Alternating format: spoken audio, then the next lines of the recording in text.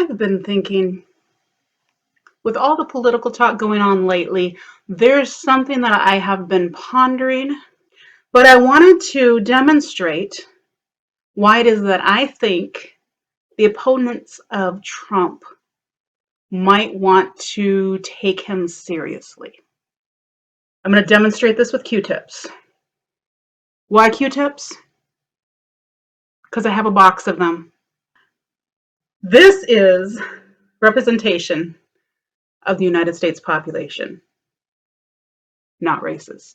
They're Q-tips. Okay? We're going to talk about voting. So let's assume that Trump currently has 40% of the vote. Or let's say in 2016, Trump got 40% of the vote. Okay? There's 10 of these here. Let's say that Hillary Clinton in 2016 got 40% of the vote. More or less. That was a pretty close race. We know that. There may have been 20% of eligible voters that were out, that were not in the race. Now, this time around, we've got Trump. Let me set these here. I need another hand. We've got Trump with 4. We've got Biden with 4. So in 2016, nobody knew. And if you were like me, you were thinking, which one of these less than ideal candidates am I going to vote for? Well, in my case, spoiler alert, I didn't vote for either one of them. Okay, so this was the first year actually that I decided that third party was my only option based on morality and what I felt I needed to do at the time. Here's one thing I want you to consider.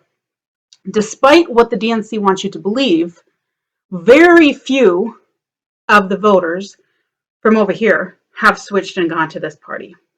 Okay? So it's pretty much going to be whoever Trump has in his core, he's going to have in his core. Wait, is this Trump? I don't remember who's who. Whoever Trump has in his core, he's going to have in his core. Biden is mostly taking the Democrats, the diehard Democrats. There may be some other people that are in there. Now, this is the other 20%. Now, these are the registered voters that did not necessarily vote. Now, I don't know if it's 20%. I can look that up. You can look that up. It's not important. This is just to give you a visualization, okay? So what happens usually is we've got two parties, one party here, and they're fighting over this 20%, okay? The goal is for them to add. Now, if I've got Trump here and I've got Biden here, and I add 10% to either one of them, what I end up with is I end up with 40% and 50%, okay? That is a 10% increase. And that is from eligible voters who did not vote in 2016. This is where most of the candidates are going to focus. They want to bring these over to their party. But let me tell you what's happening. Trump isn't looking so much at that 20%. Trump is looking at this. Now, what's the difference? A vote is a vote, right? One vote is one vote. No. And I have not heard anybody articulate this yet. I need you to look at this. Assuming that this is just 4 people, and this is 4 people, and Trump entices one person from Biden's party over to his party, we end up with 5 and 3. You see the difference? If I take from this 20% and I add to either one, I end up adding to 40%, 1, which makes it 40% to 50%. But if I take from Trump or from Biden, I take one of their voters and switch them over. This vote right here is worth 2 votes because it subtracts a vote from Biden and adds a vote to Trump. And as you can see, the difference now is not 1 vote up, but it's 2 votes. Because now Biden has 3, Trump has 5. Think about this. This is really important. And Trump is constantly taking votes from Biden. How do I know? There are two enormous movements that are happening in Washington, D.C. and in this country. One of these movements is called Blexit. Blexit is a movement that Officer Tatum and Candace Owens have put together, and they've kind of headlined, and they're encouraging essentially Black voters and voters of color to move to Trump.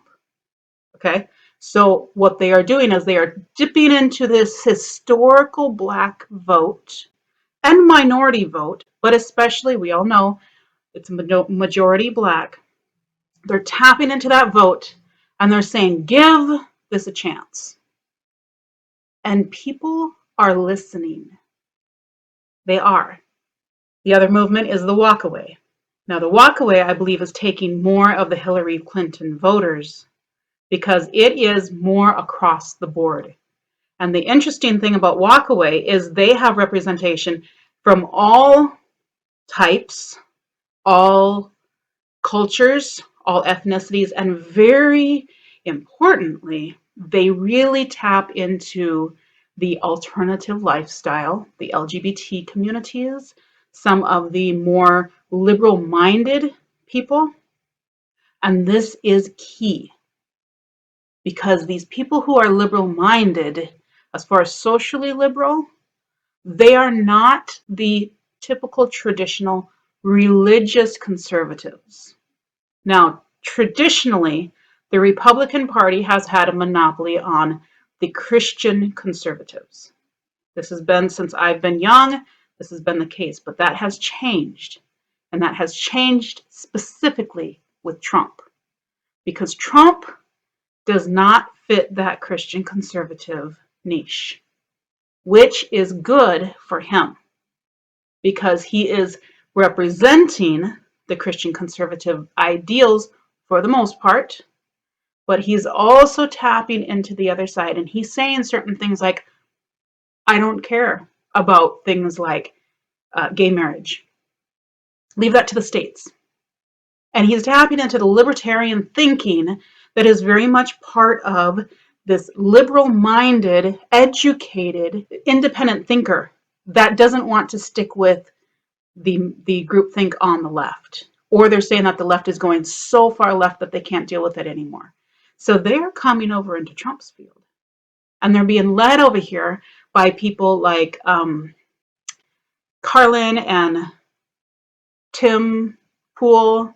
There's so many in my mind right now, and I can't think of any of them. But you know, these guys that are out here that are talking that are very much moderate or even left, and they're saying, you know what, I'm left, but I'm going to vote for Trump. And those people are bringing a ton of people over. And every time they do this, people are leaving the left.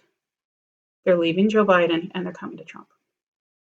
This is why I think Democrats are in for another big surprise.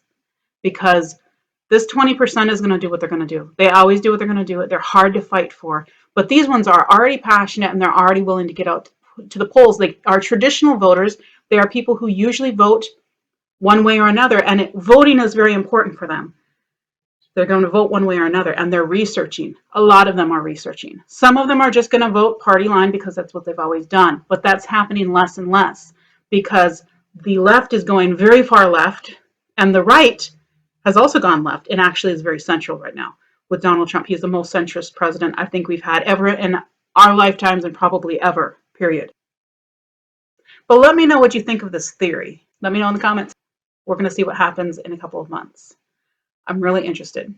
You can like, subscribe, comment, share, and all that stuff. And I'll try to leave more fun political rantings on here and more or less lighthearted and happy and try not to get too crazy.